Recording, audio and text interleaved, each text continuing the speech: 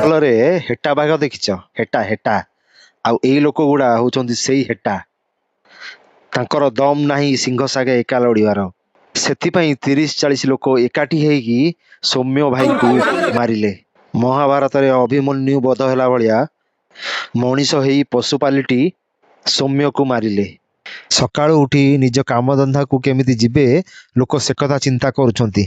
ଆଉ ଏ ଶଳାମାନଙ୍କୁ ସେ ଝିଅ ଫୋନ କରିଦେଇଛି ଲୋକାଲ ହିସାବରେ। ଆଉ ଏମାନେ ଲୋକାଲ ଲୋକ ହେଇକି ଆସିକି ମରଦ ପଣିଆ ଦେଖେଇବାକୁ ଆସି ମର୍ଡର କେସରେ ଫସିଲେ।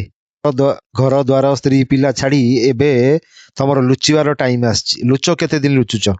10-12 ଜଣ ଯୋଉ ଆରେଷ୍ଟ ହେଇଛନ୍ତି ସତରେ ସେମାନେ କ୍ରିମିନାଲ ସେଇ ଲୋକ ଯୋଉମାନେ ସୌମ୍ୟ ଭାଇକି ବାଡେଇଛନ୍ତି ନା ସେମାନେ ଆଉ କିଏ? ତାଙ୍କୁ ସବୁ ଧରା ହେଲାଣି ନା ନାଇଁ? ଏତେ ମାଡ଼ ଦେଲା ପରେ ବି ଲୋକଟା ଏତେ ନେହୁରା ହେଇକି ପାଣି ଟିକେ ମାଗୁଛି।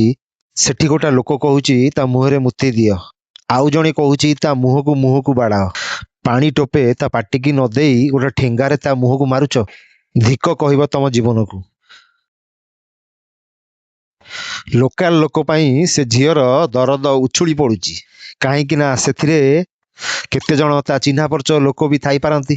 ଖରାଦିନେ ଲୋକମାନେ ପୁଣ୍ୟ କରିବା ପାଇଁ କୁଣ୍ଡ, ଛାତ ଉପରେ ବିଭିନ୍ନ ଜାଗାରେ ପାଣି ରଖୁଛନ୍ତି। ହେଲେ ଗୋଟା ଲୋକକୁ ବାଡେଇ ବାଡେଇ ଦରମରା କଲା। ହାତ ଗୋଡ଼ ପଶୁ ଭଳିଆ ବାନ୍ଧି 12ଟା ବେଳିଆ ଖରାରେ ଡାଲାରେ ପକେଇକି ମାରିଦେଲ। ଶଳା ହିନ୍ଦୁ ହେଇ ହିନ୍ଦୁକୁ ଏମିତି ମାରୁଛ? ବାଂଲାଦେଶଠୁ ହୀନ ହେଇଗଲ ତମେ।